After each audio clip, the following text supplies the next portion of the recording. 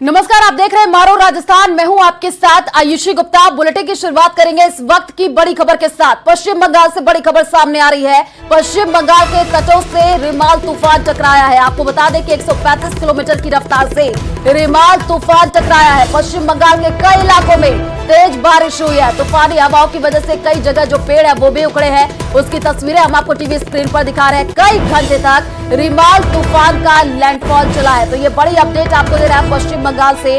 आपको बता दें कि एक ओर जहां उत्तर भारत में भीषण गर्मी से लोग जूझ रहे हैं, वहीं दूसरी ओर बंगाल की खाड़ी से शुरू हुआ रिमाल तूफान देर रात पश्चिम बंगाल के तटों से टकरा गया।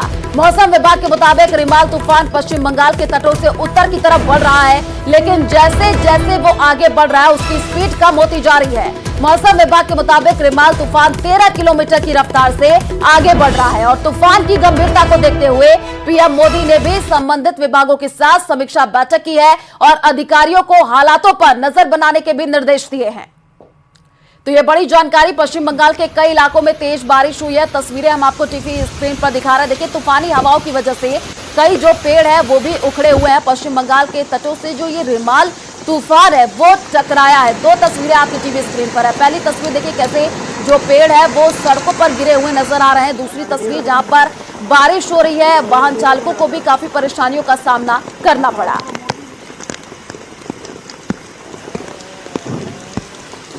तो पश्चिम बंगाल के चक्रवात तूफान रिमाल के टकराने की घटना पर केंद्रीय गृह मंत्रालय नजर बनाए हुए है। अमित शाह ने सोशल मीडिया प्लेटफॉर्म एक्स पर लिखा, चक्रवात रिमाल लैंडफॉल को लेकर के संबंधित अधिकारियों से बातचीत की है। जिन इलाकों में चक्रवात का असर हो सकता है वहां एनडीआरएफ की तैनाती की गई है। साथ ही तटीय इलाकों से लोगों को सुरक्षित क्षेत्रों में पहुंचाया जा रहा है। साथ ही उन्होंने ये भी लिखा, मोदी सरकार आपदाओं में न्यूनतम जनहानि के लक्ष्य को हासिल करने के लिए प्रतिबद्ध है। जो ट्वीट किया गया है गृह मंत्री अमित शाह की तरफ से वो हम आपको टीवी स्क्रीन पर दिखा रहे हैं। आपको बता दें कि पश्चिम बंगाल के तटों से जो रिमाल तूफान है वो देखिए टकराया है और उसके बाद से अब कड़े निर्देश अधिकारियों को दे दिए गए हैं। एनडीआरएफ एसडीआरएफ की टीमें भी तैनात की गई है।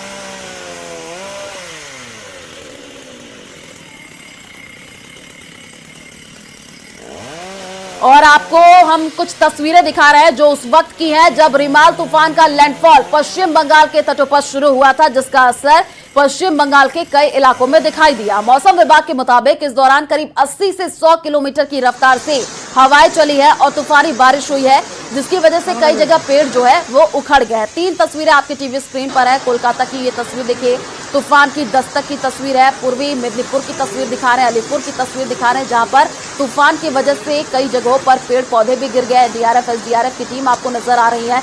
सड़कों पर वाहन चालकों को भी काफी परेशानी हुई क्योंकि पेड़ गिरे हुए थे। सिचुएशन तो देखिए, कुछ कुछ जगह पे जो है हमें मिल रहा है कि कुछ कुछ जगह पे ट्री अपरूटिंग हुआ है। तो जहाँ जहाँ पे ट्री अपरूटिंग हुआ है वहाँ पे हम लोगों का कोलकाता म्यूनिसिपैलिटी का टीम, कोलकाता पुलिस का, डिजास्टर मैनेजमेंट का टीम वो आके काम कर रहा है। जल्द से जल्द ये जो ट्रीज जो अपरूटेड हुआ है उनको काट के उनको साइड किया जाएगा ताकि रास्ता खोल सके। अभी ये साइक्लोन को लेके स्पेशल यूनिफाइड कंट्रोल रूम पूरा रात मॉनिटर कर रहा है। म्यूनिसिपैलिटी का control room that is also being open for the entire time duration of the cyclone. और टोटल सिचुएशन का मिनट टू मिनट जो सीनियर ऑफिसर है उनका सुपरविजन में पूरा काम चल रहा है। और चलिए रुक करते हैं अगली खबर की ओर। दिल्ली में अगले 3 दिनों तक भीषण गर्मी और गर्म हवाओं का सिलसिला जारी रहेगा। मौसम विभाग ने अगले 3 दिनों के लिए गर्मी का रेड अलर्ट जारी किया है। मौसम विभाग का अनुमान है कि आज दिल्ली का तापमान 46 डिग्री सेल्सियस को पार कर सकता है, जिसको देखते हुए लोगों को बचाव करने और बेहद जरूरी होने पर ही बाहर निकलने की सलाह दी गई है। रविवार को दिल्ली के मुंगेशपुर इलाके में तापमान 48.3 डिग्री दर्ज किया गया था। तो लगातार देखिए गर्मी का सितम जारी है और अगले 3 दिन तक भीषण गर्मी और भी ज्यादा पड़ेगी, इसलिए आप सभी को सुरक्षित रहने की जरूरत है। जरूरी काम हो तभी घर से बाहर निकलिए।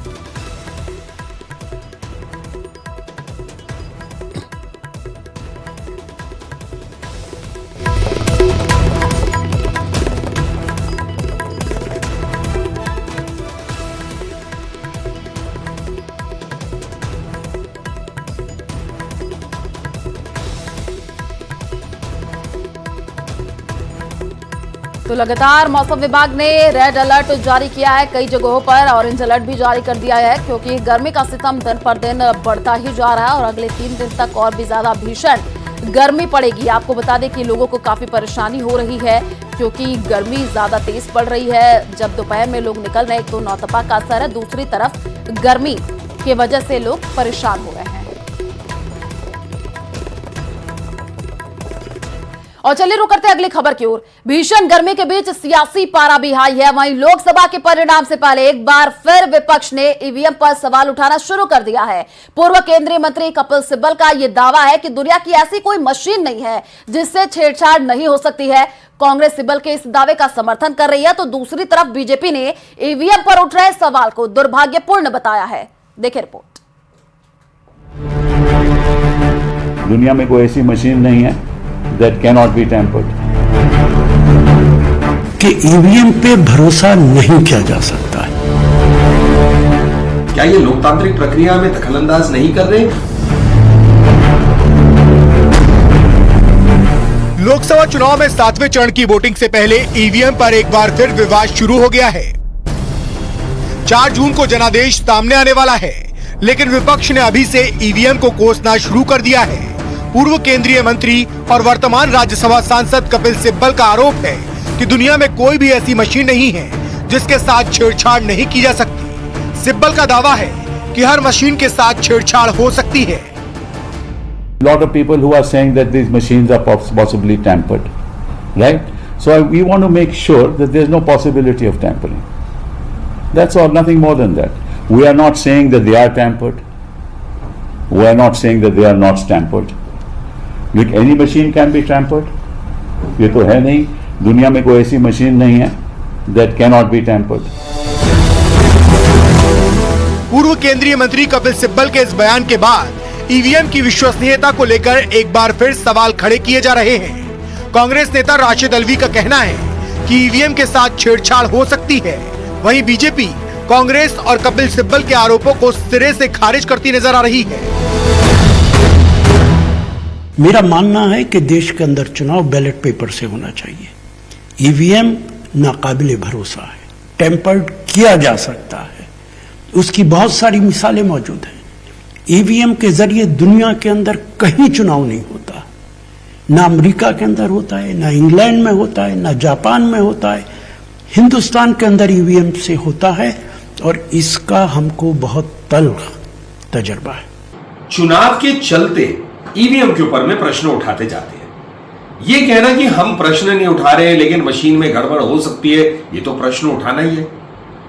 यही नेता कोर्ट के सामने भी जाते हैं, कोर्ट ने आज तक इन बातों को स्वीकारा नहीं। यही नेता ईवीएम के माध्यम से जो चुनाव होते हैं उससे चुने जाते, जीतते भी हैं, तब ईवीएम को गलत नहीं मानते। तो इस प्रकार के प्रश्न उठाकर चाहे इस रूप से या दूसरे रूप से, क्या ये लोकतांत्रिक प्रक्रिया में दखलंदाज नहीं कर रहे?